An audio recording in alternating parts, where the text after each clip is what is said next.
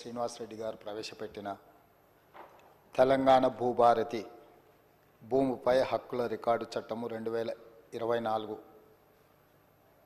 ఈ ప్రవేశపెట్టిన చట్టాన్ని సంపూర్ణంగా సమర్థిస్తూ దీనికి సంబంధించిన చర్చను తమరు ఓపికతో ఇది ప్రజలకు సంబంధించిన సమస్య కాబట్టి కొంతమంది సభ్యులు గతంలో వాళ్ళు ఒక అద్భుతమైన ప్రవేశపెట్టిన ధరణి చట్టాన్ని రీప్లేస్ చేస్తూ ఈ కొత్త చట్టం ప్రవేశపెట్టడం ద్వారా తెలంగాణ రాష్ట్రంలో దాదాపుగా యాజమాన్యపు హక్కులున్న 1,52,00,000 ఎకరాల భూములకు సంబంధించిన వివరాలను భద్రపరచడమే కాకుండా అర్హులైన ప్రతి భూ యజమాని యొక్క హక్కులను కాపాడడానికి ఈ చట్టాన్ని సమర్థవంతంగా ఈ సభలో ప్రవేశపెట్టి ఈ సభలో చర్చ జరగడం ద్వారా 4 కోట్ల తెలంగాణ ప్రజలకు ఈ ప్రభుత్వం ఒక సమర్థవంతమైన ఈ తెలంగాణ రైతాంగానికి పూర్తి స్థాయిలో ఉపయోగపడే చట్టాన్ని తీసుకొచ్చింది అని ఒక భావన కల్పించి ఒక నమ్మకం విశ్వాసం కల్పించడానికి మీరు శాయశక్తుల ప్రయత్నం చేశారు. ప్రధాన ప్రతిపక్ష పార్టీ అహంభావంతో అహంకారంతో సభా మర్యాదలను ఉల్లంఘించి సభాపతి మీదనే దాడి చేస్తామన్న ధోరణిలో చర్చను అడ్డుకోవాలనే ప్రయత్నం చేసింది. సహజంగా మిత్రులు సాంబశివరావు గారు చెప్పినట్టు ఎవరికైనా కుర్చీలో కూర్చుంటే సహనానికి కూడా ఒక హద్దు ఉంటుంది.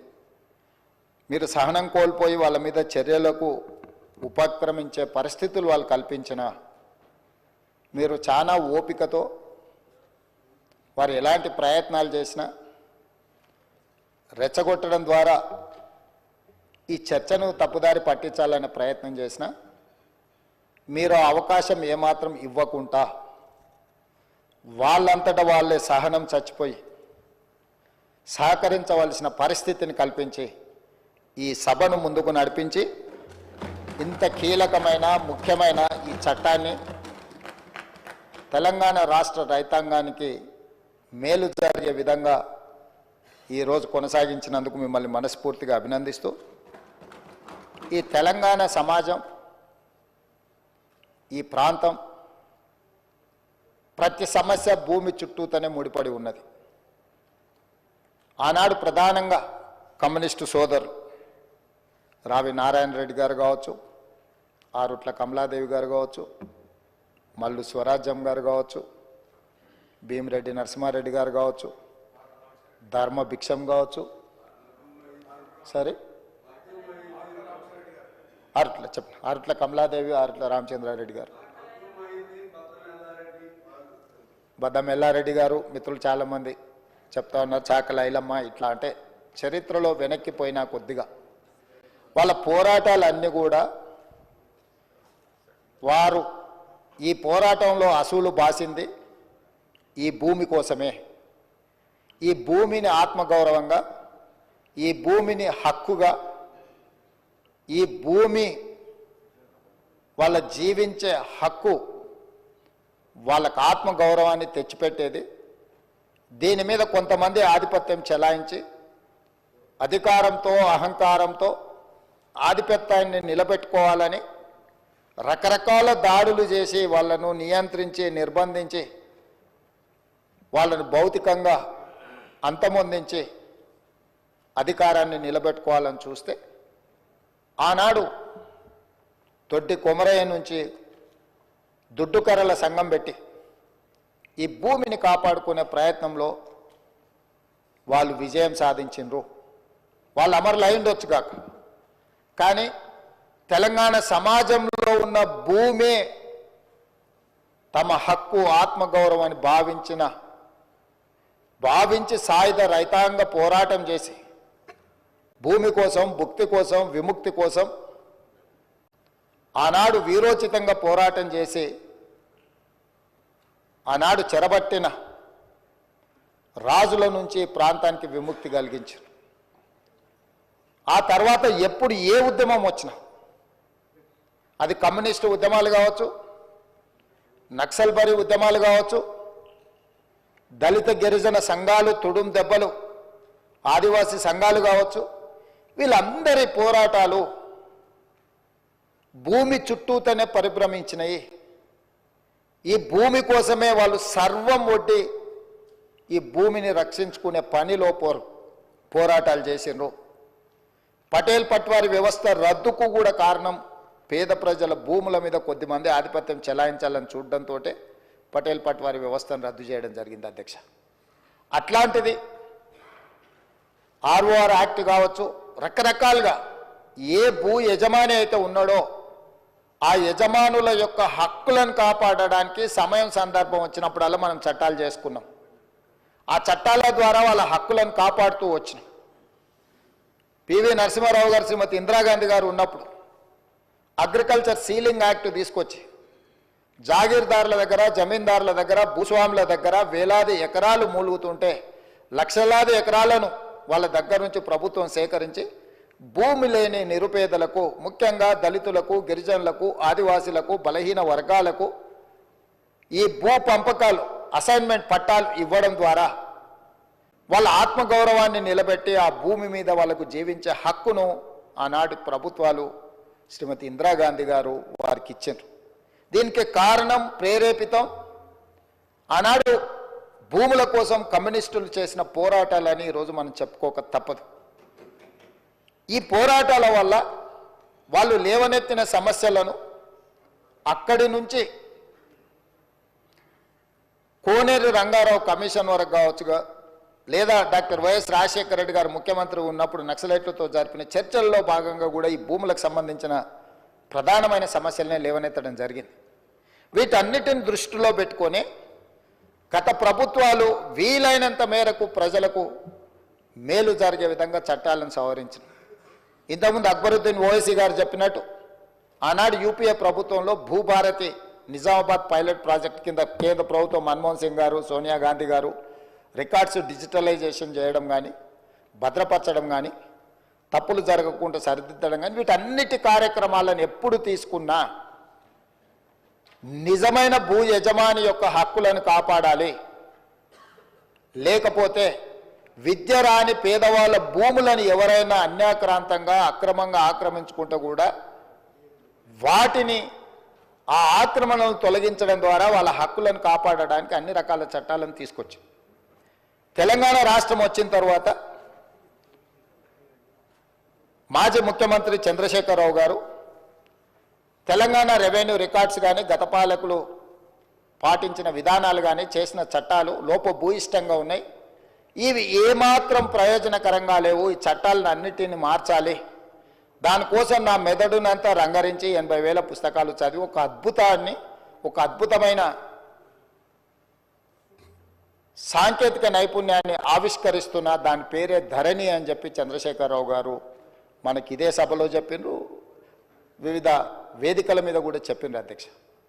దీనికి సంబంధించిన కొన్ని అంశాలు నేను నిజంగానే ఒక మంచి చట్టం, ఒక మంచి ఆలోచన, ఒక సాంకేతిక నైపుణ్యాన్ని రంగరించి, ఎందుకంటే ఐటీ రంగంలో విదేశాలలో చదువుకొని వచ్చిన నా అంత ఐటీ నిపుణుడే లేడని కల్వకుంట్ల తారక రామారావు గారు, తెలంగాణ ఉద్యమకారుడిగా తెలంగాణ సమాజంలో ఉన్న సమస్యలను అన్నిటినీ అవసోపాన పట్టిన ప్రతి భూ సమస్యకు నేను పరిష్కారం చూపిస్తా అని మాజీ ముఖ్యమంత్రి వర్యులు కల్వకుంట్ల చంద్రశేఖరరావు గారు పదే పదే మాట్లాడుతూ ప్రస్తావిస్తున్నప్పుడు నేను కూడా ఒక సందర్భంలో భ్రమలకు లోనైనా, పర్వాలేదు ఈ విషయంలో అయినా మాజీ ముఖ్యమంత్రి గారు, మాజీ ఐటీ శాఖ మంత్రి గారు ఒక మంచి విధానాన్ని తీసుకొచ్చి ధరణి ద్వారా శాశ్వతమైన సమస్యల్ని పరిష్కరిస్తారని, ఆ ధరణి నిజంగానే వీరు కొత్తగా కనిపెట్టినరేమని ఈ సందర్భంగా మీ ద్వారా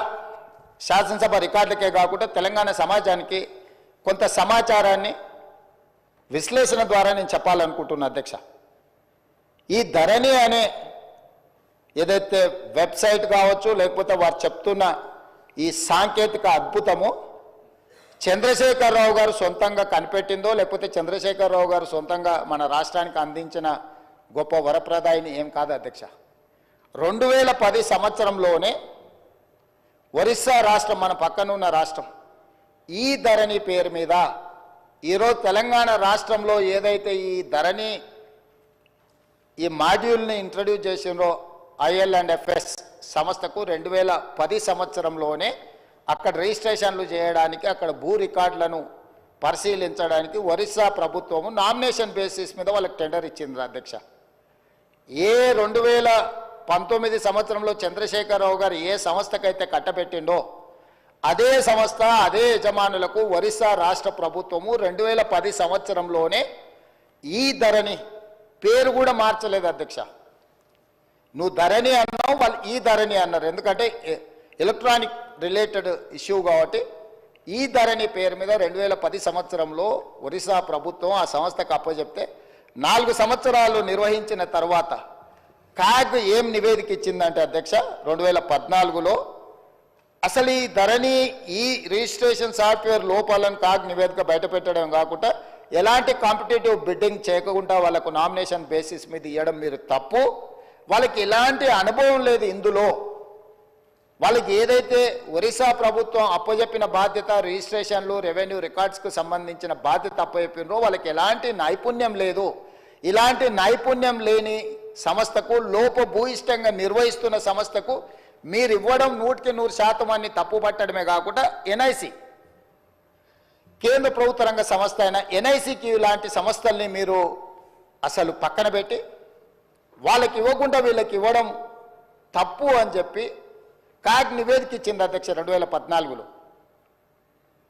ఇక్కడ తమరి ద్వారా నేను తెలంగాణ ప్రజలకు నేనేం చెప్పదలుచుకున్నా అంటే, చంద్రశేఖరరావు గారు 2018, 2019 ఆ తర్వాత వివిధ సందర్భాలలో మాట్లాడిన మాటలు వారి మెదడునంత రంగరించి ఒక అద్భుతాన్ని, ఒక అమృతాన్ని తీసి అమృతంలో నుంచి సృష్టించిన ధరణి వారి యొక్క ఆలోచన అనేది అయితే చెప్పిండో అది శుద్ధ తప్పు. 2010 సంవత్సరంలోనే IL&FS కంపెనీ ఈ విధానాన్ని ఒరిస్సా ప్రభుత్వానికి చేరవేస్తే ఒరిస్సా ప్రభుత్వం వాళ్ళ కాంట్రాక్ట్ ఇస్తే 4 సంవత్సరాలు నిర్వహించిన తర్వాత కాగ్ నివేదిక 100% తప్పు పట్టింది. ఈ లోపభూయిష్టమైన ఏమాత్రం ప్రజలకు ఉపయోగపడని ఈ సాంకేతిక నైపుణ్యాన్ని ఎందుకు తెలంగాణ రాష్ట్ర ప్రజల నెత్తి మీద చంద్రశేఖరరావు గారు రుద్దినరో ఇప్పుడు మనం ఆలోచన చేయాలి.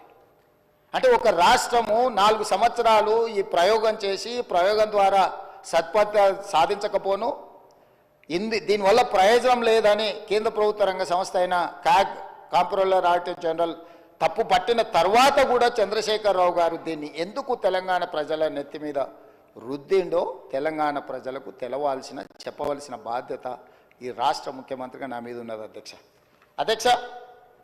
ఈ IL&FS కంపెనీ గురించి కొంచెం చర్చించుకోవాలంటే కొంచెం వెనక్కి వెళ్ళాలి అధ్యక్ష. 2011కి వెళ్ళాలి మనం. 2011లో సత్యం కంప్యూటర్స్, సత్యం కంప్యూటర్ రిలేటెడ్ మేటాస్ అనే సంస్థ, సత్యం రామలింగరాజు గారు ఆనాడు దేశాన్నే కాదు ప్రపంచాన్నే తప్పుదోవ పట్టించి ప్రపంచం ముందు భారతదేశం యొక్క సంస్థలు మోసాలు చేస్తాయని ఏదైతే కేసు వచ్చిందో 2011 సంవత్సరంలో మన పరువు ప్రతిష్టను మంట గలిపిన సత్యం కంప్యూటర్స్, మేటాస్ ఈ సంస్థలన్నీ కూడా ఆ రోజు రామలింగరాజు గారి కేసులో ఇరుక్కొని జైలుకు పోయి ఆ సంస్థలన్నిటిని కూడా దివాలా తీస పరిస్థితిలో నుంచి ఈ మేటాస్ అనే సంస్థని IL&FS సేకరించింది అధ్యక్ష. సత్యం రామలింగరాజుకు సంబంధించిన సంస్థల్ని IL&FS అనే సంస్థ 2011 సంవత్సరంలో క్రిమినల్ కేసెస్లో ఇరుక్కొని అందులో ఉన్న సంస్థల్ని IL&FS సంస్థ సేకరించింది. సత్యం రామలింగరాజు గారి కుమారుడు తేజరాజు గారికి సంబంధించిన సంస్థలు IL&FS సేకరించి ఆ రోజు వాళ్ళిద్దరికీ ఒక అనుబంధం ఏర్పడ్డది అధ్యక్ష. ఆ అనుబంధంతో కొనసాగింపులో భాగంగా 2018 సంవత్సరంలో IL&FS సంస్థ గాదే శ్రీధర్ రాజుకు సంబంధించిన ఇంకొక సంస్థ వీళ్ళందరూ జాయింట్ వెంచర్ కింద తెలంగాణ రాష్ట్రం ఇద్దామనుకున్న ధరణి పోర్టల్ టెండర్లో భాగస్వామ్యం తీసుకున్నారు అధ్యక్ష. 2018 సంవత్సరంలో తెలంగాణ రాష్ట్ర ప్రభుత్వం portal development and maintenance and control కోసం 2018లో టెండర్ పిలిచింది అధ్యక్ష. ఈ టెండర్ ప్రక్రియలో భాగంగా IL&FS అదేవిధంగా గాదె శ్రీధర్రాజ్కు చెందిన ఈసెంట్రిక్ అదేవిధంగా విజన్ ఇన్ఫోటెక్ కంపెనీలు సంయుక్తంగా కాంట్రాక్టు సాధించుకున్నాయి. యువరాజుకు అత్యంత సన్నిహితులు ఎవరో తమరికి తెలుసు అధ్యక్ష. యువరాజు వెనకాల ఉండి ముందల గాదె శ్రీధర్రాజు వెనకాల సత్యం ఆర్ మేటాస్ కంపెనీలను చేపట్టిన IL&FS సంస్థను ముందలబెట్టి టెండర్లో భాగస్వామ్యం చేసి ఆ పని దక్కించుకున్నారు అధ్యక్ష. ఈ 2017 సంవత్సరంలోనే ఈ IL&FS సంస్థ దివాలా తీయడమే కాకుండా క్రిమినల్ కేసులలో వీళ్ళు కూడా ఇరుక్కున్నారు అధ్యక్ష.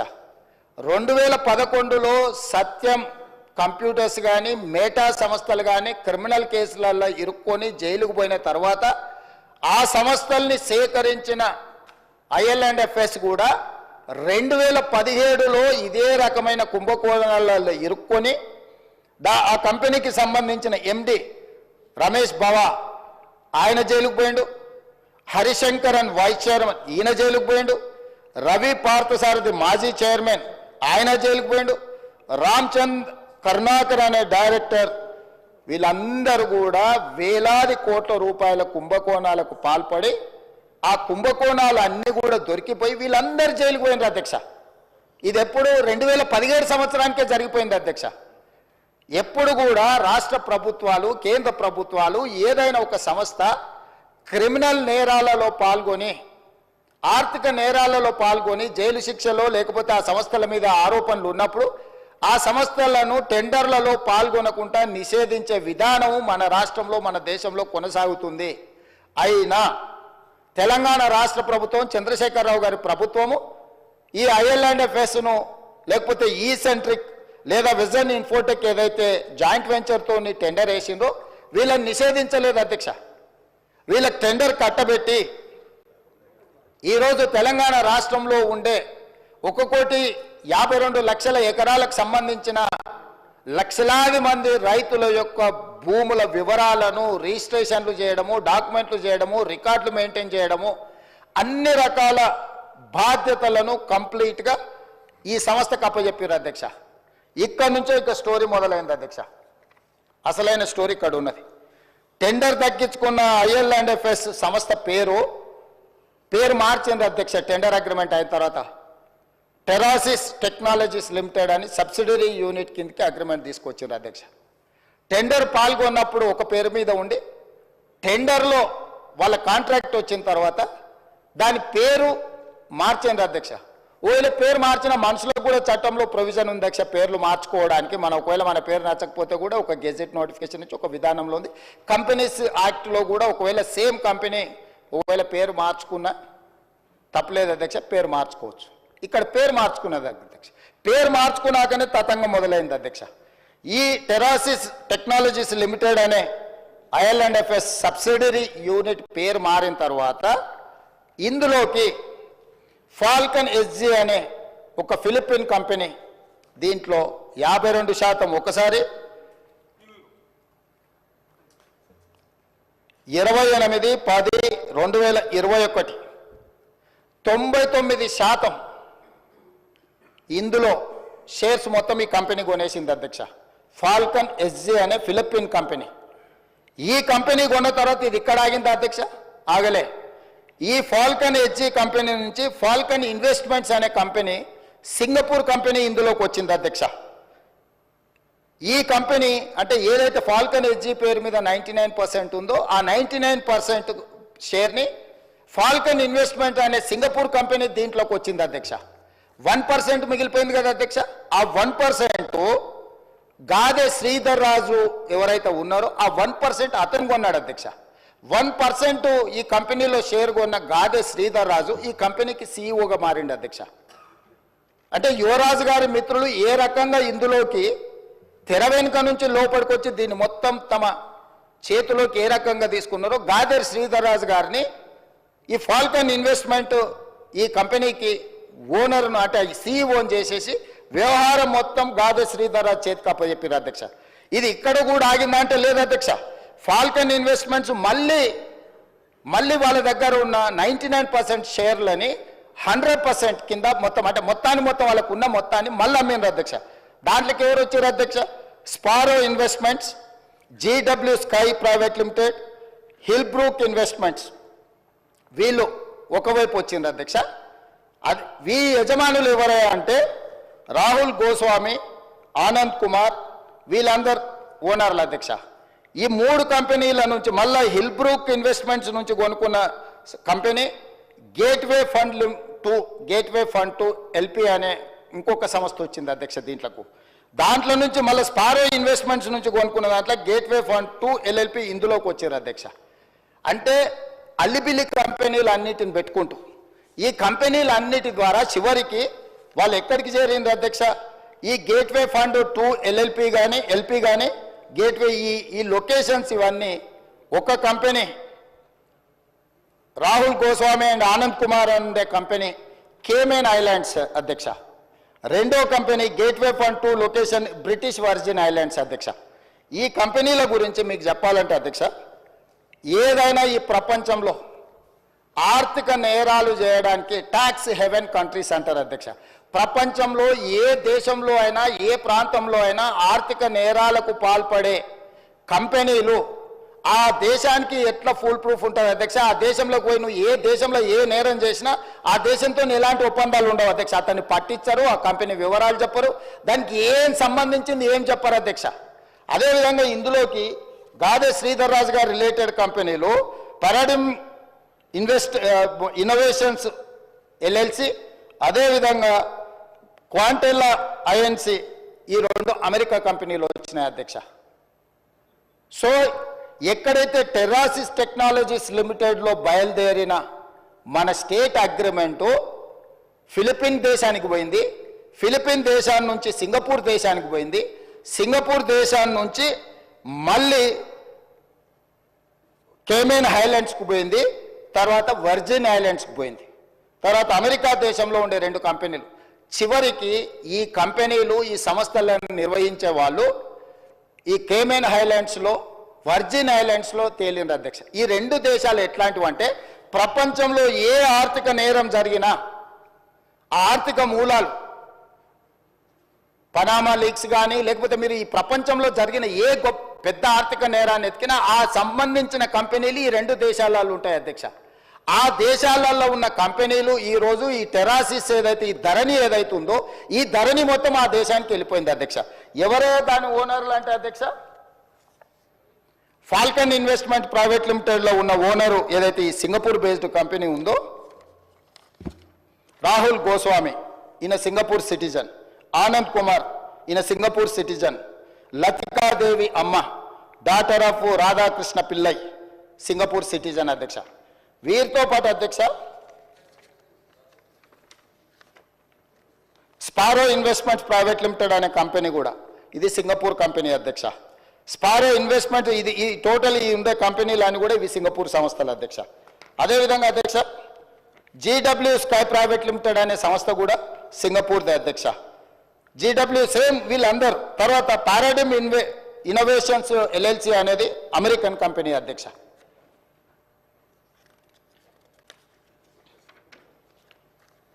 అదేవిధంగా హిల్బ్రూక్ ఇన్వెస్ట్మెంట్స్ లిమిటెడ్ అనే కంపెనీ పేరు చెప్పిన కదా అధ్యక్ష, వర్జిన్ ఐలాండ్స్ బ్రిటిష్ అధ్యక్ష.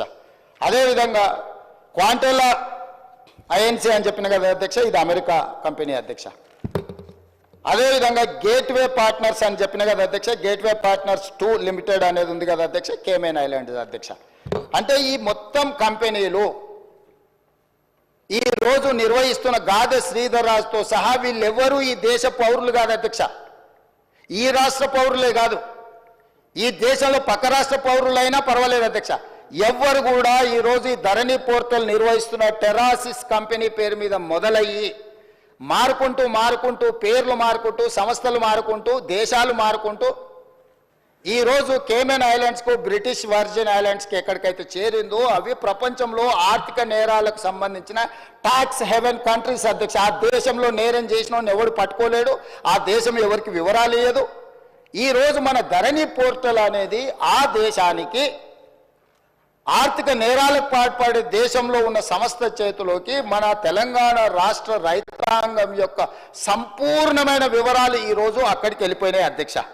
ఇది ఘనత వహించిన 80,000 పుస్తకాలు చదివిన తన మెదడంతా రంగరించి తయారు చేసిన అమెరికాకి వెళ్ళి ఐటీలో లక్షల కోట్ల రూపాయలు సంపాదించే ఉద్యోగాన్ని వదులుకొని తెలంగాణను ఉద్ధరిద్దామని వచ్చేసిన the great IT and industries minister mister Kalvakuntla Taraka Rama Rao గారి నేతృత్వంలో పిలిచిన ఈ టెండర్ ఏ సంస్థ పిలిచింది అధ్యక్ష? TSTS, Telangana state technology centre ఆ సర్వీసెస్. అది ఎవరు ఆధ్వర్యంలో? ఐటీ మినిస్టర్ ఆధ్వర్యంలో ఉంటుంది అధ్యక్ష. రెవెన్యూ డిపార్ట్మెంట్కు సంబంధించిన వ్యవస్థను నిర్వహించడానికి టెండర్ పిలవడానికి TSTSకి ఇస్తే TSTS టెండర్ పిలిచి ఆ శాఖ మంత్రి కేటీఆర్ గారు ఈరోజు వీళ్ళందరూ ఇప్పుడు నేను చదివి వినిపించిన వాళ్ళు గాదే శ్రీధర్ రాజు, రాహుల్ గోస్వామి, ఆనంద్ కుమార్ ఇట్లాంటి విదేశీ పౌరులు విదేశీ సంస్థల చేతుల్లో ఉన్న కంపెనీలో ధరణి పోర్టల్ పెట్టడంతో పూర్తిగా భద్రంగా ఎవరికి తెలియకుండా ఇది ఒక కాంట్రాక్చువల్ అగ్రిమెంట్ అధ్యక్ష. రెవెన్యూ డిపార్ట్మెంట్కు భూ యజమాని అయిన నాకు మా ఇద్దరికి సంబంధించిన వ్యవహారం అధ్యక్ష. రెవెన్యూ డిపార్ట్మెంట్లో CCLA దగ్గర నా వివరాలు ఉండాలి. నాకు ఆ సంస్థ రెవెన్యూ శాఖకు మాత్రమే సంబంధం ఇది అధ్యక్ష. నాకు ఇచ్చే పాస్బుక్ అయినా నాకు ఇచ్చే ఏ కాగితమైనా పహానీ అయినా ఏదైనా రెవెన్యూ శాఖలో నిర్వహించి రెవెన్యూ శాఖకు సంబంధించిన ప్రభుత్వ అధికారులకు నాకు మధ్యలో ఉన్న ఒప్పందాన్ని ఈరోజు ఒక డిజిటల్ వెబ్సైట్ను నిర్వహించే నెపం మీద ఈ రాష్ట్రంలో ఉన్న అందరి సమాచారాన్ని తీసుకెళ్ళి 2020 అక్టోబర్ వీరు మొదలుపెట్టింది నా నియోజకవర్గంలోనే అధ్యక్ష. ఈ ధరణి పోర్టల్ని ఆనాడు నేను పార్లమెంట్ సభ్యుడిగా బాధ్యత వహిస్తున్న మల్కాజ్గిరి పార్లమెంటు నియోజకవర్గంలో అక్టోబర్ 29, 2020 నాడు మూడుచింతలపల్లిలో ధరణి పోర్టల్ని మొట్టమొదట చంద్రశేఖరరావు గారు ప్రారంభించారు అధ్యక్ష. ఆ రోజు నుంచి ఈ రోజు వరకు ఈ ధరణికి సంబంధించిన వివరాలను ధరణి పోర్టల్ నిర్వహణ, మన భూములు, మన లావాదేవీలు, మన భూములకు సంబంధించిన సంపూర్ణ సమాచారము ఈరోజు ట్యాక్స్ హెవెన్ కంట్రీస్లో ఉన్న వ్యక్తులు ఈ దేశ పౌరులుగాని వాళ్ళ చేతిలో గాదే శ్రీధర్ రాజు చేతిలో, రాహుల్ గోస్వామి చేతిలో, ఆనంద్ కుమార్ చేతిలో, లకితా దేవమ్మ చేతిలోకి వెళ్ళిపోయింది అధ్యక్ష. అధ్యక్ష నేను మిమ్మల్ని అడుగుతున్నా అధ్యక్ష, రెవెన్యూ శాఖకు నాకు సంబంధించిన సమాచారం మా ఇద్దరి మధ్యలోనే ఉండాల్సిన సమాచారము ఈ సమాచారం అంతా తీసుకెళ్లి ఇతర దేశాలలో ఆర్థిక నేరాలలో ఇరుక్కపోయిన కంపెనీలు ఐర్లాండ్ అఫేర్స్ కానీ లేకపోతే సత్యంతో ఉన్న రిలేషన్ కానీ ఆ కంపెనీలో ఉన్న MDలు, వైస్ చైర్మన్లు లేకపోతే డైరెక్టర్లు అందరూ 2017లోనే ఆర్థిక నేరాలకు పాల్పడి 1,000 కోట్ల రూపాయల కుంభకోణాలలో పాల్పడి జైళ్లలో ఉన్న సంస్థకు చంద్రశేఖరరావు గారు అప్పచెప్పి ఈ తెలంగాణ రైతాంగ సంపూర్ణ సమాచారాన్ని దేశాలు దాటిచ్చింది అధ్యక్ష. ఇవాళ డేటా మీకు తెలుసు కదా అధ్యక్ష ఎంత విలువైందో. ఒక రిజిస్ట్రేషన్ చేయాలంటే అధ్యక్ష నా ఆధార్ కార్డ్ నెంబర్ ఇవ్వాలి, నా బ్యాంకు ఖాతా ఇవ్వాలి, నా టెలిఫోన్ నెంబర్ ఇవ్వాలి. ఇవాళ ఇవన్నీ కూడా ఎన్క్రిప్షన్ అంటే ఒక సీక్రెట్ కోడ్లో ఉండాలి. ఒకవేళ ఆ వెబ్సైట్ నిర్వహించే వాళ్ళు చూడాలనుకున్నా కూడా కనిపించకూడదు అధ్యక్ష. కానీ క్లియర్గా వాళ్ళ దగ్గర డేటా కనిపిస్తుంది అధ్యక్ష. ఈరోజు ఈ నిర్వహణలో ఈ రాష్ట్రంలో 2020 నుంచి ఇప్పటి వరకు జరిగిన ప్రతి ట్రాన్సాక్షన్కు సంబంధించిన ఆధార్ కార్డు, బ్యాంకు ఖాతా నెంబర్, టెలిఫోన్ నెంబర్ అన్ని వివరాలు ఈరోజు పూర్తిగా క్రిస్టల్ క్లియర్గా వాళ్ళ చేతులకు వెళ్ళిపోయి ఇతర దేశాలు దేశ సరిహద్దులు దాటిపోయి ఇతర దేశాలు ఆర్థిక నేరాలకు పాల్పడుతున్న దేశాలకు మన రాష్ట్రంలో ఉన్న సంపూర్ణమైన రెవెన్యూ సమాచారం అని తెలిపోయింది అధ్యక్ష. ఇది ఎంత తీవ్రమైన నేరం అంటే ఈ నేరానికి శిక్ష అనేది ఏ స్థాయిలో విధించాలనో చట్టాలన్నిటిని కూడా చదవాల్సిన పరిస్థితి ఈరోజు ఈ రాష్ట్రంలో చంద్రశేఖరరావు గారు కల్పించారు అధ్యక్ష. అధ్యక్ష ఈరోజు ఇంత నమ్మకంగా ఒక ప్రభుత్వం మీద నమ్మకం ఉండి ప్రజలు తమ సంపూర్ణమైన సమాచారాన్ని ప్రభుత్వం దగ్గర పెడితే ఆ ప్రభుత్వంలో ఉన్న పెద్దలు ఆ నమ్మకాన్ని వమ్ము చేసి తెలంగాణ ప్రజలకు ద్రోహం చేసి మోసం చేసి సంపూర్ణ సమాచారాన్ని క్రిమినల్స్ చేతుల క్రిమినల్ కేసెస్ ఎదుర్కొంటున్న కంపెనీల చేతులకి సంపూర్ణంగా సమాచారాన్ని బదిలీ చేసిందంటే దీని మీద ఏ రకమైన విచారణ చేయాలనో తెలంగాణ సమాజం ఆలోచించాలి, ప్రతిపక్షాలు అందరూ కూడా ఆలోచించాలి. అధ్యక్ష ఈ కంపెనీలు అన్నిటిని కూడా ఏ ఒక్క కంపెనీ కూడా ఈ దేశంది కాదు అధ్యక్ష. ఇవాళ ఈ సాంకేతిక నైపుణ్యం ధరణియో లేకపోతే ఐలాండ్ అఫేర్స్ కాదు అధ్యక్ష.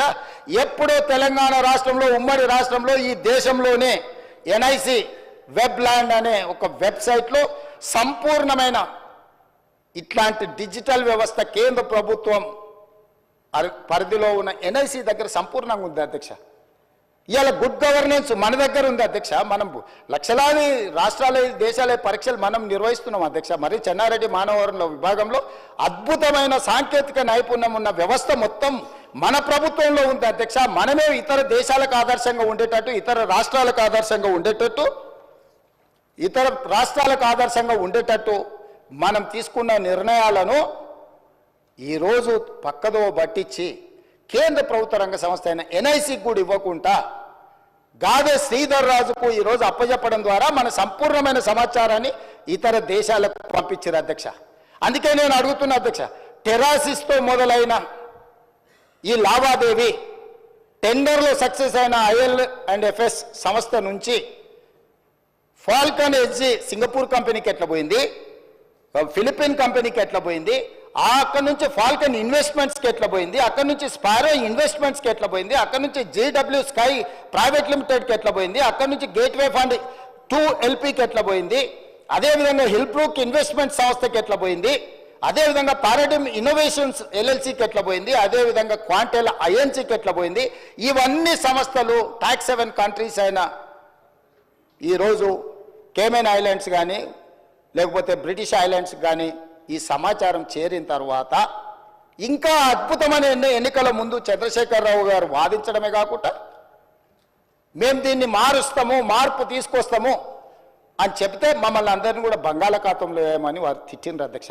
అసలు వారు వంటి కాళ్ళ మీద ఎగురుతున్నప్పుడు నేను ఆశ్చర్యపోయినా. ఆయన ఎలక్షన్లో ఆయన మేనిఫెస్టో చెప్పుకున్నా, ఆయన ప్రజలకు ఏమైనా చెప్పుకుంటాడు. మా ఎలక్షన్లో మేము ఏం విధి విధానాలతో ప్రజలకు ఒక మంచి పారదర్శకమైన పరిపాలన అందిస్తాం మేము చెప్పినాం. మా మీద కోపము, కారణము, ఆవేశము, వారు ఆవేశంతో ఊగిపోతుంటే ఉపన్యాసాలలో నాకు అర్థం కాలేదు అధ్యక్ష. కొంత ఈరోజు ప్రభుత్వంలోకి వచ్చిన తర్వాత పరిశీలించిన తర్వాత ఎన్ని ప్రభుత్వ భూములు, అది దేవాదాయ భూములు కావచ్చు, లేకపోతే భూదాన్ భూములు కావచ్చు, లేకపోతే ప్రైవేట్ భూముల యజమానుల పేర్లు మార్చు, ఏ చట్టం అయితే ఈ టెండర్ అగ్రిమెంట్ ప్రకారం అధ్యక్ష, ఈ ధరణి టెరాసిస్ కాంట్రాక్ట్ అగ్రిమెంట్ అధ్యక్ష 9.20 అగ్రిమెంట్ క్లాజ్లో ఉన్నది అధ్యక్ష.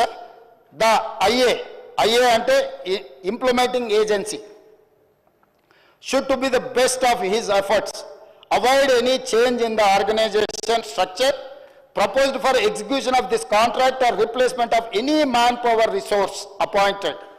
If the same is however unavoidable, IA shall promptly inform the purchaser in writing and the same shall require subsequent approval by the purchaser. ఇందులో ఇలాంటి మార్పులు చేర్పులు చేయాలన్నా, యజమానులు మారాలన్నా, పనిచేసే స్థలం మారాలన్నా ప్రభుత్వం ముందస్తు అనుమతి తీసుకోవాలని స్పష్టంగా ఈ అగ్రిమెంట్లో ఉంది. 9.20లో ఎలాంటి ప్రభుత్వ అనుమతి లేకుండా ఈ రకంగా టాక్స్ 7 కంట్రీస్లో ఉండే సంస్థల్ని ఇతర దేశాలకు సంబంధించిన కంపెనీల చేతికి మన సమాచారం వెళ్ళింది అధ్యక్ష. అదేవిధంగా అధ్యక్ష 9.20.4 సబ్ క్లాజ్లో all manpower resources deployed by the IA అంటే ఇంప్లిమెంటింగ్ ఏజెన్సీ అధ్యక్ష, for execution of this contract must strictly adhere to the attendance reporting procedures and make their services available as agreed upon for the entire reporting time period at the purchaser's office location. Purchaser అంటే ఇక్కడ revenue department అధ్యక్ష, CCLA. IA అంటే ఈరోజు Falcon investments ఏదైతే ఉన్నదో లేకపోతే టెరాసిస్ ఉన్నదో implementing agency అదే అధ్యక్ష. ఇంప్లిమెంటింగ్ ఏజెన్సీ తరఫున గాదే శ్రీధర్ రాజు రిప్రజెంట్ చేస్తాడు, పర్చేజర్ కింద CCLA కమిషనరు యాక్ట్ చేస్తాడు అధ్యక్ష. వీళ్ళు ఎవరినైనా ఇందులోకి తేవాలన్నా పర్చేజర్ దగ్గర అనుమతి తీసుకోవాలి. First point. వీళ్ళు ఏ పని చేసినా ఈ సాఫ్ట్వేర్లో కూర్చొని మనం జరుగుతున్న ట్రాన్సాక్షన్స్, మనం జరుగుతున్న రిజిస్ట్రేషన్లు, మనం మెయింటైన్ చేస్తున్న రెవెన్యూ రికార్డ్స్ అన్నీ కూడా పర్చేజర్ లొకేషన్లో, అంటే ప్రభుత్వ ఆఫీసులో ఉండి పని చేయాలి అధ్యక్ష ఈ అగ్రిమెంట్ ప్రకారం. కానీ అదే కాకుండా అధ్యక్ష 9.20.6 the IA shall provide and deploy at the purchaser's office location for carrying out the work. ఈ రెండు సెక్షన్ల ప్రకారము వాళ్ళు చేస్తున్న పని ఈ టెరాసిస్ అనే సంస్థ రెవెన్యూ శాఖకు సంబంధించిన CCLA ఆఫీస్లో కూర్చొని పనిచేయాలి అధ్యక్ష. కానీ ఈరోజు అధ్యక్ష అధికారుల నుంచి నాకు అందుతున్న సమాచారం, తెలంగాణ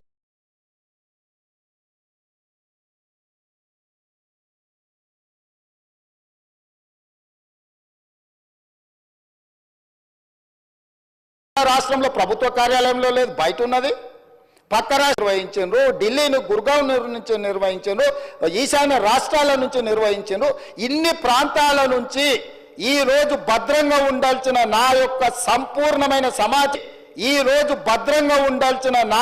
సంపూర్ణమైన సమాచారము నాకు ఈ తెలంగాణ ప్రభుత్వం మీద ఉన్న నమ్మకంతో నా భూములకు సంబంధించిన పూర్తి వివరాలను ప్రభుత్వం దగ్గర పెడితే ఆ ప్రభుత్వము ఆనాటి ముఖ్యమంత్రి సంపూర్ణ సమాచారాన్ని ప్రైవేట్ కంపెనీలకు, ప్రైవేటు వ్యక్తులకు, ఈ రాష్ట్రంలో కానోళ్లను, ఈ దేశంలో కానోళ్లను, ఈ దేశంలో లేని కంపెనీలకు, ఈ దేశ పౌరులు కానోళ్లకు అప్పచెప్పి ఈరోజు ఈ రాష్ట్ర ప్రజల యొక్క నమ్మకాన్ని, విశ్వాసాన్ని కూనీ చేయడమే కాకుండా ఆర్థిక నేరాలకు పాల్పడ్డాడు అధ్యక్ష. దానికోసం ఎంత కఠినంగా వీళ్ళ పట్ల ప్రభుత్వాలు వ్యవహరించాల్సిన అవసరం ఉన్నది అధ్యక్ష.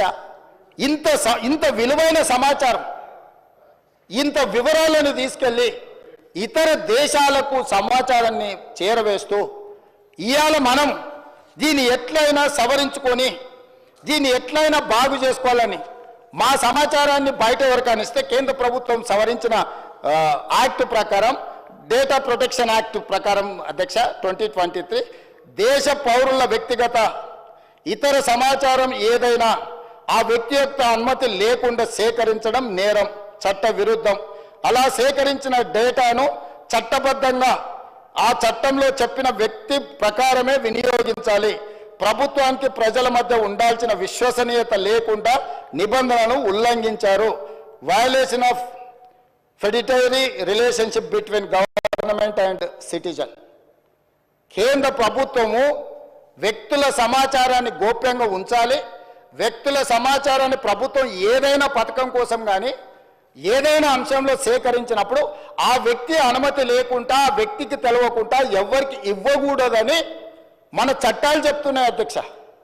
మరి ఈరోజు లక్షలాది మంది, కోట్లాది మంది చేసుకున్న రిజిస్ట్రేషన్లు, డాక్యుమెంట్లు, ఆధార్ కార్డు, బ్యాంకు ఖాతాలు, టెలిఫోన్ నెంబర్లు టోటల్గా చంద్రశేఖరరావు గారు, అదేవిధంగా కల్వకుంట్ల తారక రామారావు గారు, వాళ్ళ అనుంగు సహచరులైన గాద శ్రీధర్ రాజు చేతి ద్వారా రాహుల్ గోస్వామి నుంచి మొదలు పెడితే ఈ రకరకాల వ్యక్తుల చేతులకు ఇతర దేశాలకి సమాచారాన్ని అంత పంపించారు అధ్యక్ష. ఎందుకు ఈరోజు సంవత్సరం మొత్తం సాంకేతిక నిపుణులతో, రాజకీయ పార్టీలతో, రైతు కూలీ సంఘాలతో, ప్రతి ఒక్కరితో ఎందుకు చర్చించినాం అధ్యక్ష? ఇంత తీవ్రమైన నేరం జరగడానికి అవకాశం కలిగించిన ధరణి, చంద్రశేఖరరావు, తారక రామారావు గారి విషయంలో ప్రభుత్వం స్పష్టమైన విధానంతో ముందుకు వెళ్ళాలని మా రెవెన్యూ శాఖ మంత్రి గారు కొన్ని వందల మీటింగులు పెట్టిండు అధ్యక్ష. ఇది ఆషామాషిగా ఈ చట్టం ఈరోజు సభ ముందుకు రాలేదు అధ్యక్ష. ఈ చట్టం ఈరోజు ఈ సభ ముందుకు వచ్చిందంటే ఎన్నో నిద్రలేని రాత్రులు, కొన్ని వందల గంటలు ఈ అధికారులు, వీళ్ళు, మేమందరం, నా పాత్ర పరిమితమే. వాళ్ళు చేస్తున్న పనిని ప్రోత్సహించడం ముఖ్యమంత్రిగా నేను చేసిన పని. కానీ ఇక్కడ కూర్చున్న అధికారులు కానీ, కమిటీ కానీ, రిటైర్డ్ ఆఫీసర్స్ కానీ, రిలేటెడ్ కన్సర్న్ మినిస్టర్ కానీ వాళ్ళు కొన్ని వందల గంటలు, రోజుల కొద్దీ దీని మీద చర్చించి, దీన్ని క్షుణ్ణంగా పరిశీలించి ఈ భూభారతి 2024 చట్టాన్ని సభలోకి తీసుకొచ్చినాం అధ్యక్ష. ఈ సభలోకి తెచ్చి దీని పట్ల ఒక మంచి చర్చ జరగడం ద్వారా సంపూర్ణమైన విశ్వాసాన్ని ఇవ్వాలి. మేము వచ్చిన తర్వాత వాళ్ళ కాంట్రాక్టు పూర్తి చేసి NICకి బదిలీ చేసినాం అధ్యక్ష. నిన్నమననే వాళ్ళకి టెండర్ అగ్రిమెంట్ ఉండి బదిలీ చేయని పరిస్థితుల్లో నా తెలిసి ఒక నెల అయినట్టు కేంద్ర ప్రభుత్వానికి సంబంధించిన సంస్థకు ఈ సమాచారాన్ని బదిలీ చేసి ఇవాళ సంస్థ టెరాసిస్ అనే సంస్థ గాదే శ్రీధర్ రాజు ఎన్ఐసికి సహకరిస్తలేడు. ఎందుకంటే ఈ డేటా మొత్తం ట్రాన్స్ఫర్ చేయాలి.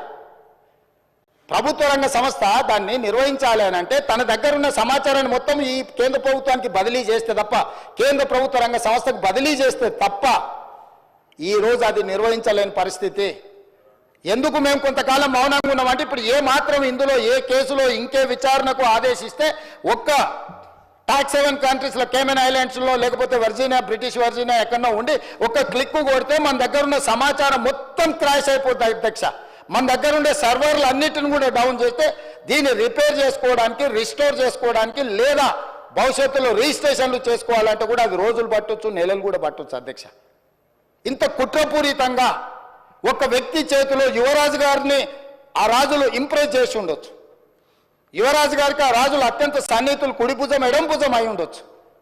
కానీ మనందరి సమాచారాన్ని రాష్ట్ర ప్రభుత్వం పూర్తి వివరాలను ఒక వ్యక్తి చేతిలో పెట్టి రాష్ట్రాలనుగా దేశాల సరిహద్దులు దాటిచ్చి ఏ దేశంలో అయితే ఎలాంటి మనం శిక్షలు, ఎలాంటి నేరగాళ్ళను పట్టుకోవడానికి ఒప్పందం లేని దేశాలకు పంపించారు అధ్యక్ష. నేను ఈరోజు మీకు చెప్తున్నా అధ్యక్ష, పార్లమెంట్ సభ్యుడిగా కొన్ని వందల లెటర్లు రాసిన ఆ దేశాలకు నేను మనుషులను పంపించిన డేటా సేకరించడానికి డబ్బులు కట్టైనా తీసుకురాపోండి అని యుఎస్ నుంచి నా మిత్రులను ఆ దేశానికి పంపించిన అధ్యక్ష. వాళ్ళు ఇవ్వలేదు.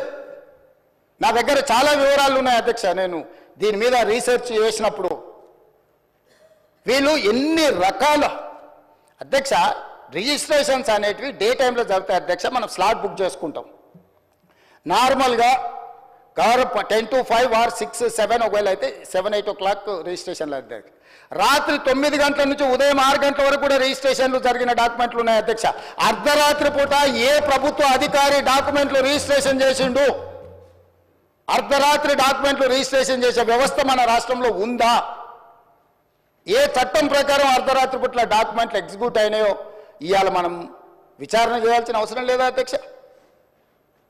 ఎందుకు ఈరోజు వాళ్ళు అక్కడ నించోని, ఎందుకు ఈరోజు చర్చ జరగకుండా భూభారతి 2024 మీద చర్చనే జరగొద్దు, ససే మీద ముఖ్యమంత్రి గారు ఒకవేళ మాట్లాడితే ఈ బండారం బయటపడుతుంది, ఎట్లయినా అడ్డుకోవాలి అని ఎన్ని రకాల ప్రయత్నాలు చేసిండు మీరు చూసిరు కదా అధ్యక్ష. అధ్యక్ష ధరణి వెబ్సైట్ వచ్చిన తర్వాత కొన్ని డాక్యుమెంట్లు నేను చెప్పదలుచుకున్నా అధ్యక్ష. మిత్రుడు మహేష్ రెడ్డి గారు కూడా ఉన్నారు, వారు కూడా వినాలి. కిషన్ రెడ్డి గారు స్వయంగా తిమ్మాపూర్ ఆయన సొంతూరులో భూదాన్ భూములకు సంబంధించి కిషన్ రెడ్డి గారు అపోజిషన్ లీడర్గా ఉన్నప్పుడు వాళ్ళు కంప్లైంట్ చేసిండు అధ్యక్ష. 100 ఎకరాల భూదాన్ భూమిని డాక్యుమెంట్లు మార్చే పరిస్థితి ఉన్నది, వాటి కాపాడు ఉండని. ఈరోజు కేంద్ర మంత్రి అధ్యక్ష కిషన్ రెడ్డి గారు, గతంలో హోంశాఖ మంత్రి అధ్యక్ష, ఆ కిషన్ రెడ్డి గారు ఫిర్యాదు చేసిన భూములను కూడా భూదాన్ భూములను కందుకూరు మండలం తిమ్మాపూర్ గ్రామం కిషన్ రెడ్డి కేంద్ర హోంశాఖ మంత్రిగా ఉన్నప్పుడే ప్రైవేట్ వ్యక్తుల పేర్ల మీద, ప్రైవేటు భూముల పేరు మీద భూదాన్ భూములను మార్చి భూములను అమ్మేసి దాని వెనకాల ఉన్నది ఎవరో తేలాలి అధ్యక్ష. నేను వచ్చిన తర్వాత ఎఫ్ఐఆర్ చేయించిన అధ్యక్ష.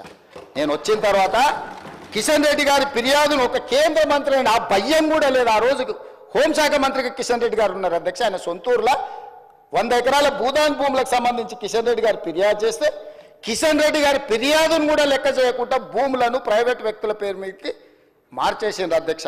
నేను వచ్చిన వెంబడే నేను కేసు కట్టించిన అధ్యక్ష. పోకల్వాడలో ఈరోజు ప్రభుత్వ భూములను ప్రైవేట్కు ఈ ధరణి పోర్టల్ ద్వారా ఒక 2 ఎగ్జాంపుల్స్ చెప్తున్నా అధ్యక్ష. కొన్ని 100,000 ఉన్నాయి. రంగారెడ్డి, సంగారెడ్డి, మేడ్చల్ లాంటి జిల్లాలే కాదు ఇతర ప్రాంతాలలో కొన్ని వేల ఎకరాల ప్రభుత్వ భూములను యజమానుల పేర్లు మార్చడమే కాదు కొత్త కొత్త అన్ని తయారు చేసి వాటి అన్నిటిని కూడా సిద్దిపేట రకరకాల ఒక్క దగ్గర అని కాదు, నాగారము ఏ ఒక ప్లేస్ అని కాదు అధ్యక్ష. ఇవాళ నేను ఎందుకు కిషన్ రెడ్డి గారితో ప్రస్తావిస్తున్నా అంటే ఈరోజు ఆయన యూనియన్ క్యాబినెట్ మినిస్టర్ అధ్యక్ష. ఆయన సొంతూరులో ఆయన ఫిర్యాదు చేస్తే కూడా భయం లేకుండా భూదాన్ భూములను బదిలీ చేసి ప్రైవేట్ వ్యక్తులకు పట్టా భూముల కింద రిజిస్ట్రేషన్ చేసింది అధ్యక్ష. నేను వచ్చిన తర్వాత కిషన్ రెడ్డి గారు కూడా ఫిర్యాదు చేస్తే దీని మీద చర్యలు తీసుకోకపోతే ఎట్లా అని నేను ఎంక్వైరీకి ఆర్డర్ ప్లేస్ చేసి క్రిమినల్ కేసు బుక్ చేసిన అధ్యక్ష.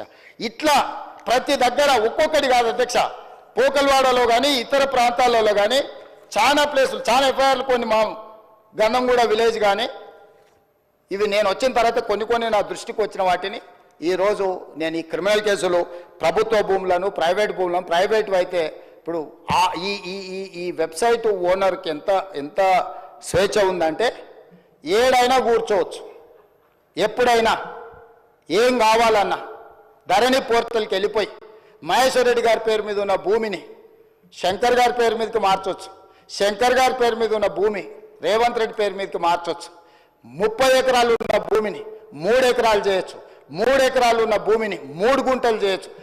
ఏం కావాలన్నా స్వైర విహారం చేసే అధికారం వాళ్ళకి ఇచ్చి ఆ ప్రైవేట్ ఏజెన్సీలకు ఇచ్చి ఇవాళ పూర్తిగా రాష్ట్రంలో ఉండే భూమి అంటేనే భయపడేటట్టు, భూమి అంటేనే మాకు ఉంటుందో ఉండదో అనే అభద్రతా భావంలోకి నెట్టేసే ధరణి చట్టాన్ని తీసుకొచ్చి ఈరోజు మొత్తం లోపభూయిష్టంగా వీటిని తయారు చేస్తే గత సంవత్సరం నుంచి చాలాసార్లు చాలామంది మమ్మల్ని అన్నారు, ఇంకెప్పుడు తెస్తారా మీరు, ఎప్పుడు మీరు కొత్త చట్టం తెస్తారా? అధ్యక్ష, అవగాహన చేసుకోవడానికి కూడా సమయం కావాలి అధ్యక్ష. ఇవాళ ఇంత కీలకమైన ఇంత ప్రతిష్టాత్మకమైన భూభారతి 2024 చట్టం సభలోకి వచ్చినప్పుడు ప్రధాన ప్రతిపక్షం బాధ్యత ఏంది అధ్యక్ష? ధరణి నిజంగా అద్భుతమే అయితే భూభారతి లోపభూయిష్టమో రాజకీయ కారణాల చేత వెళ్ళి ప్రభుత్వం ప్రవేశపెడితే మమ్మల్ని అడగాలి, మమ్మల్ని కడగాలి, మమ్మల్ని అన్ని రకాలుగా నిలదీయాలి కదా అధ్యక్ష. ప్రతిపక్ష నాయకుడు వారు సభలోకి రావాలి కదా. ఎందుకంటే మా అందరికంటే వారికి ఉద్యమకారుడికి ఎక్కువ అవగాహన ఉంది. 80,000 పుస్తకాలు చదివినాను వారు పదే చెప్పినప్పుడు ఆ 80,000 పుస్తకాల యొక్క సారాంశాన్ని రంగరించి వారి మెదడును కూడా కరిగించి వారు సృష్టించిన అద్భుతం అమృతం ఆ ధరణి గురించి వారు వచ్చి లేదా వాళ్ళ పార్టీ తరఫున సంపూర్ణంగా మాట్లాడుంటే బాగుండేది కదా అధ్యక్ష. అది ఈ మాట్లాడితే ఈ భూభారతి మీద చర్చ జరిగితే వాళ్ళ భూభాగవతం బయటపడుతుంది, వాళ్ళ బండారం బయటపడుతుంది. మళ్ళీ ఇంకొక కొత్త విచారణలను కేసులను ఎదుర్కొని జైలుకు వెళ్లాల్సి వస్తుంది. కాబట్టి ఎట్టి పరిస్థితుల్లో ఇది చర్చ జరగొద్దని ఒక తొండి పంచాయతీ తీసుకొచ్చి పెట్టారు అధ్యక్ష. బీఎస్సీ జరిగింది, బిజినెస్ అడ్వైజరీ కమిటీ మీటింగ్ తమరి నాయకత్వంలో జరిగింది. మేము అందరం కూడా వచ్చినాం.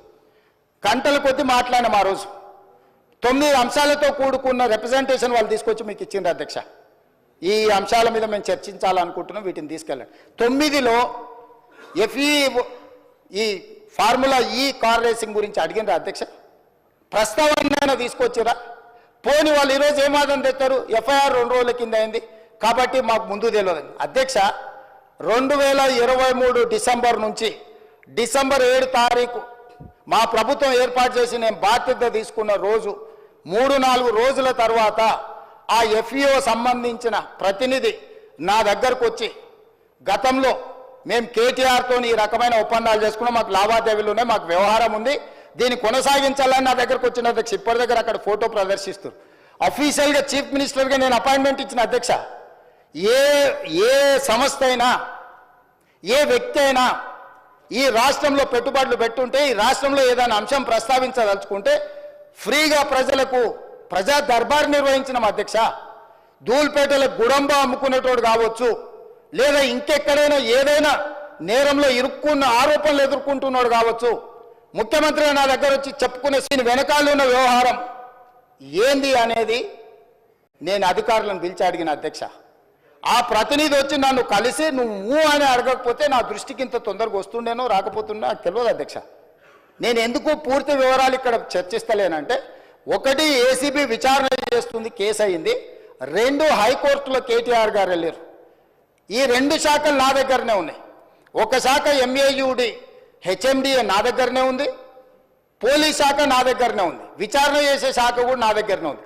నేను ముఖ్యమంత్రికి సభలో దీంట్లో ఎక్కువ తక్కువ వివరాలు మాట్లాడితే విచారణ అధికారులు దీనికి ప్రభావితానికి లోనయ్యి నా మీద కక్షాపూరితంగా వ్యవహరిస్తుందని తారక రామారావు గారు ఈ అంశాన్ని కోర్టుల అడ్వాంటేజ్ వాడుకుంటాడు అని చెప్పి నేను ఎక్కువ వివరాలు మాట్లాడతలేను అధ్యక్ష. నేను స్పష్టంగా చెప్పదలుచుకున్నా అధ్యక్ష. 2023 డిసెంబర్, నాకు తారీఖు సరిగ్గా గుర్తులేదు, నేను ఆ డేట్లన్నీ తీసిస్తాను. 2023 డిసెంబర్ నుంచి 2024 డిసెంబర్ ఏసీబీ ఎఫ్ఐఆర్ చేసే వరకు క్రొనాలజికల్గా జరిగిన అన్ని వివరాలను తొందరలోనే నేను అందరి ప్రజలకు వివరిస్తా. ఆ సంస్థకు సంబంధించిన ప్రతినిధి నన్ను కలిసి నాకు వాళ్ళు జరిగిన లోపాయకారి ఒప్పందాల గురించి చెప్పి దీన్ని నువ్వు సహకరించాలని అడిగినప్పుడు శాఖ నుంచి సమాచారాన్ని తెప్పించుకొని ఇది తెలంగాణ రాష్ట్ర ప్రజలకు సంబంధించిన సొమ్ము, హైదరాబాదు నగర అభివృద్ధి కోసం మాత్రమే వాడాలి, కొద్దిమంది తోసుకుంటే కుదరదు అని చెప్పి దాన్ని వివిధ సందర్భాలలో అధికారుల నుంచి సమాచారాన్ని సేకరించి అధికారులకు పై అధికారులు నోటీసులు ఇచ్చి వాళ్ళు ఇచ్చిన రిప్లైల ఆధారంగా దాన్ని విచారణ చేపట్టాలి అని చెప్పి ఈరోజు ఫిర్యాదు చేసినాం అధ్యక్ష. సంవత్సరం నుంచి నానుతున్న సబ్జెక్టు, సంవత్సరం నుంచి పత్రికలలో రాస్తున్న సబ్జెక్టు, సంవత్సరం నుంచి టీవీలలో పేపర్లలో చర్చ జరుగుతున్న సబ్జెక్టు. 4 సమావేశాలు జరిగినాయి అధ్యక్ష. మన ప్రభుత్వం వచ్చినాక తమరి నేతృత్వంలోని తమరు స్పీకర్ అయిన తర్వాత ఈ శాసనసభ సమావేశం ఒక్కసారి కాదు 4 సార్లు జరిగింది అధ్యక్ష. ఇది 4వ సమావేశం. 4 సమావేశాలలో ఏ రోజైనా ఫార్ములా ఈ రేస్ గురించి బీఆర్ఎస్ ఎప్పుడైనా మాట్లాడిందా అధ్యక్ష? ప్రపంచంలో ఉండే చంద్రమండలంలో ఉండే ధూళి దుమ్ము గురించి అనకాపల్లి నుంచి అమలాపురం నుంచి అమెరికా వరకు కేటీఆర్ గారు అన్ని విషయాలు మాట్లాడిండు. ట్విట్టర్ పిట్ట రోజు విషయాలను ప్రస్తావించిన ఏ రోజన్నా ఈ ట్విట్టర్ పిట్ట ఈ ఫార్ములా ఈ రేస్ గురించి ఎప్పుడైనా మాట్లాడిండు అధ్యక్ష? ఇవాళ నిన్న సాయంత్రం నుంచి ఎట్టి పరిస్థితుల్లో చర్చ జరగాల్సిందే, ఈ సభను నడవనీయం. ఏంటి అధ్యక్ష దురహంకారం? 2023 డిసెంబర్లో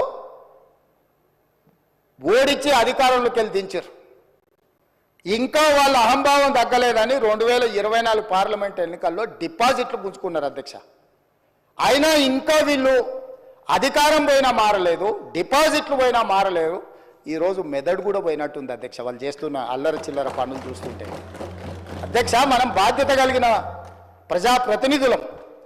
ఇంత కీలకమైన సమస్య చర్చ జరుగుతున్నప్పుడు ఈ చర్చను కొనసాగించి చర్చ పూర్తయిన తర్వాత తీసుకోమని అడగనున్నారు అధ్యక్ష. తమరు అనుమతిస్తే ఏదైనా.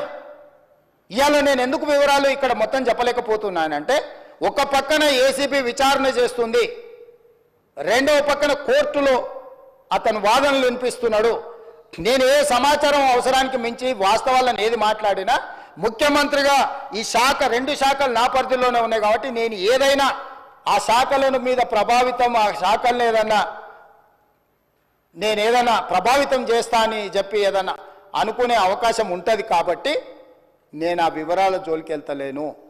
మీ ద్వారా ఇన్ని వివరాలు చెప్పిన నేను ఒకటే కోరుకుంటున్నా అధ్యక్ష, ఫార్ములా ఈ రేస్కు సంబంధించి వారు పట్టుబడుతున్నారు. ఒకసారి అధికారులతో ఒకసారి కోర్టులో పరిస్థితులను అంచనా వేసుకున్నాక మీరెప్పుడు పిలిస్తప్పుడు ఇక్కడైనా ఎక్కడైనా ఒకవేళ వాళ్ళకి శాసనసభలో చర్చించడానికి వాళ్ళకు ఒకవేళ ఏమైనా ఇబ్బందులు ఉంటే వాళ్ళ పార్టీ ఆఫీస్కి అయినా కూడా వస్తాం అధ్యక్ష, మాకేం అభ్యంతరం లేదు. 100 కోట్లు ప్రభుత్వం సొమ్ము కొల్లగొట్టి ఇతర దేశాలకు తరలించి మేము పట్టుకున్నాక ఇక్కడ నుంచి అక్కడికి పోయింది తెలిసిందే కదా అంటాడు అధ్యక్ష. మీ ఖాతాలో ఉన్న పైసలు సైబర్ క్రైమ్ వేరే ఖాతాలకు మార్చుకొని వాడు ఎన్నో కొండ మీద కూర్చొని ప్రసాద్ గారి ఖాతాలో ఉన్న సొమ్మంతా నా దగ్గరకు వచ్చింది, నన్నేందుకు పట్టుకునేది అంటే మన అర్థం ఉందా అధ్యక్ష? హెచ్ఎండిఏ ఖాతాలో ఉండాల్సిన కోట్ల రూపాయలు లండన్లో ఏదో కంపెనీకి మార్చి ఆ లండన్ కంపెనీ వెనకాల నీకేం లాలుచుందో చెప్పకుండా ముందు ట్రైపార్టీ అగ్రిమెంట్ ఉన్నదాన్ని బైపార్టీ అగ్రిమెంట్ చేసి బైపార్టీ అగ్రిమెంట్ల ఎన్నికల నిబంధనలు ఉల్లంఘించి రాష్ట్ర ప్రభుత్వ విధి విధానాలను ఉల్లంఘించి అన్ని రకాలుగా కోట్ల రూపాయలు అధ్యక్ష 55 కోట్లు అంటుండు అధ్యక్ష. వీళ్ళు చేసుకున్నది 600 కోట్లు ఎన్నికే 55 కోట్లు ఇవ్వగానే నేను పట్టుకున్నా అధ్యక్ష. 55 కోట్లు ఇవ్వగానే నేను పట్టుకున్నా కాబట్టి 500 కోట్లు మిగిలిపోయినాయి అధ్యక్ష. లేకపోతే నేను ఆయన వచ్చిండు కదా చెప్పిన కదా అధ్యక్ష, జర్ర అని అయిపోతుందని. నేను జర్ర అంటే 600 పోతుండే అధ్యక్ష. 55 కోట్లు చిన్న అమౌంట్ అధ్యక్ష ప్రజలది. ఇవాళ హాస్పిటల్లో 50,000 లక్ష రూపాయలు హాస్పిటల్ ఖర్చులకు లేకుండా ప్రాణాలు పోతున్నాయి అధ్యక్ష.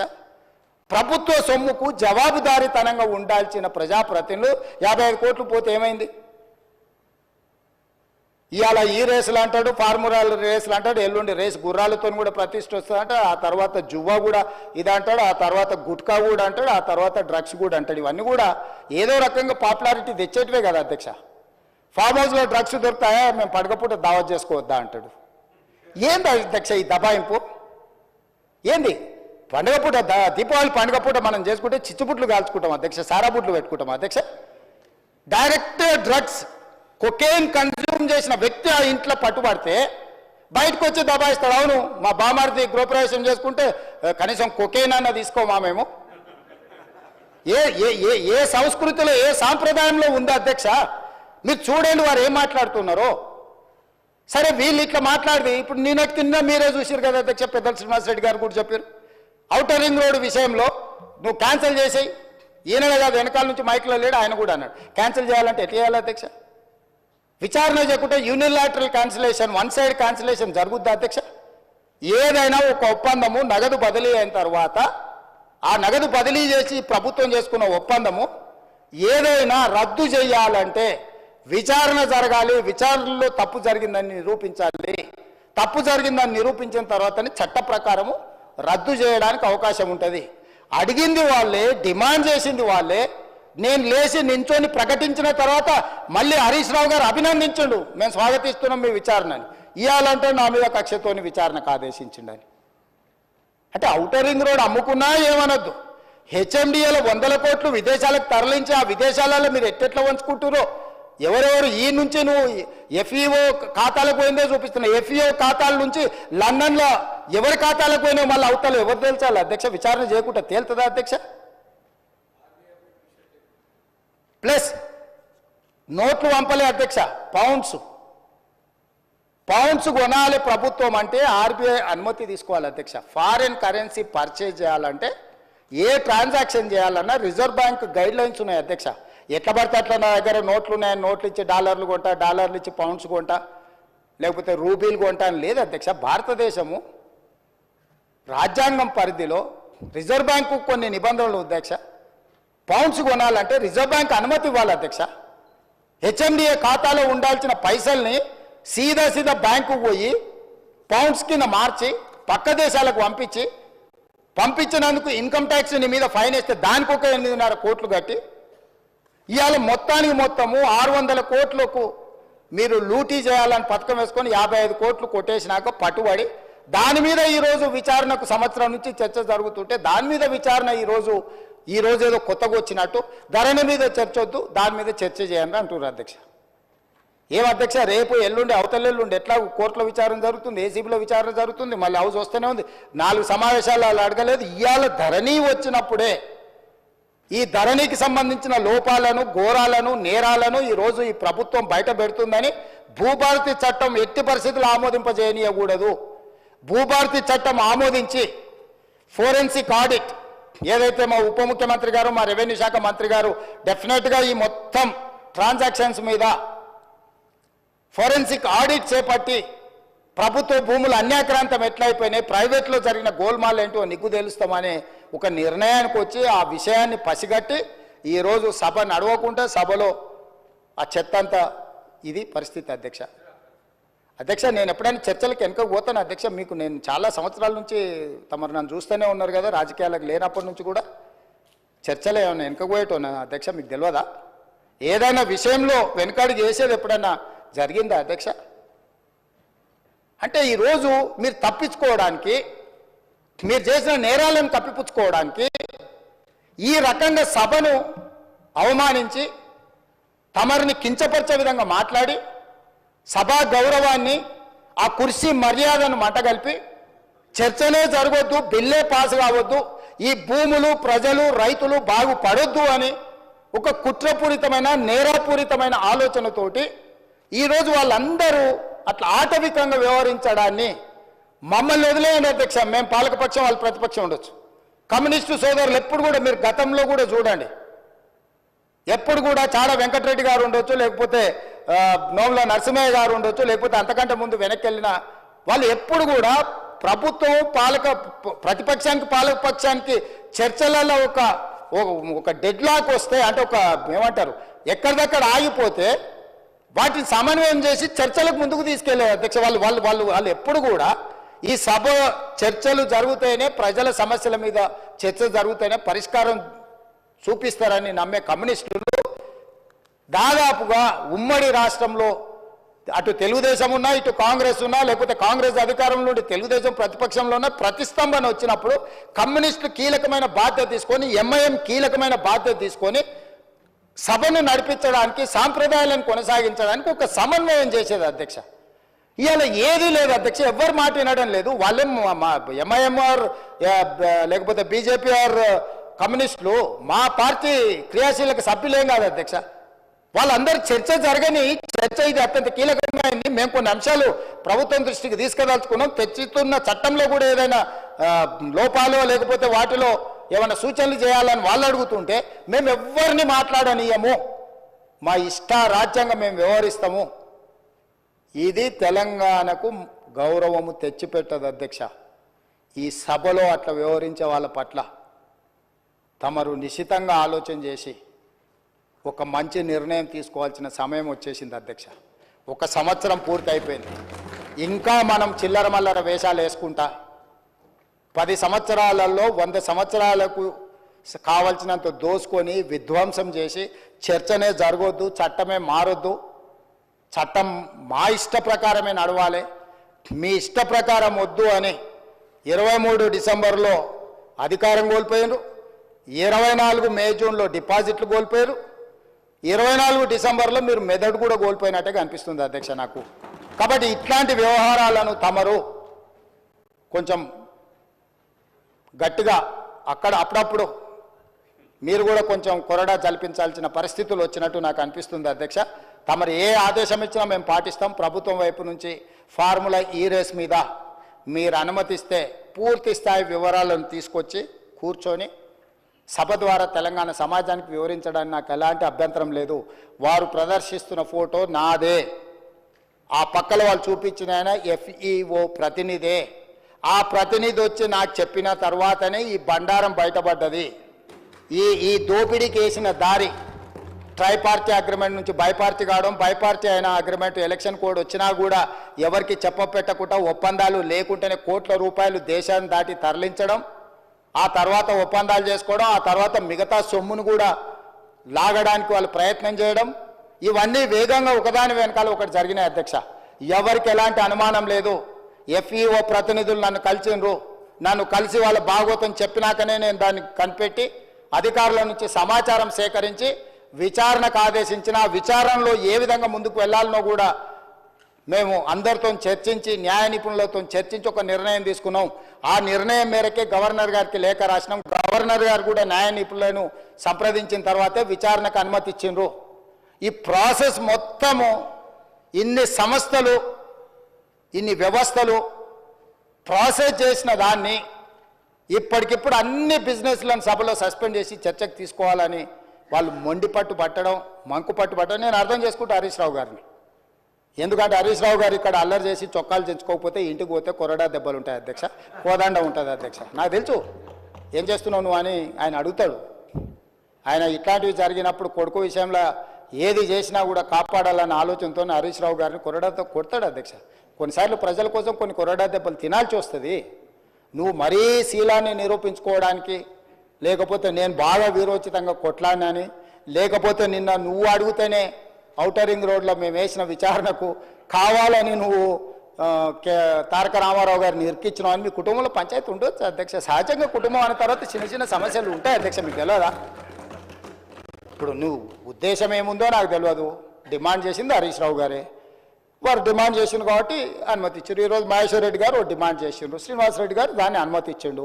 సీనియర్ సభ్యులు అడిగినప్పుడు వాళ్ళు అడిగిన దాంట్లో సహేతుకత ఉండి కొంత బలం ఉంటే వాళ్ళ వాదనలో కానీ విషయంలో కానీ ప్రభుత్వానికి ఏముంది అధ్యక్ష?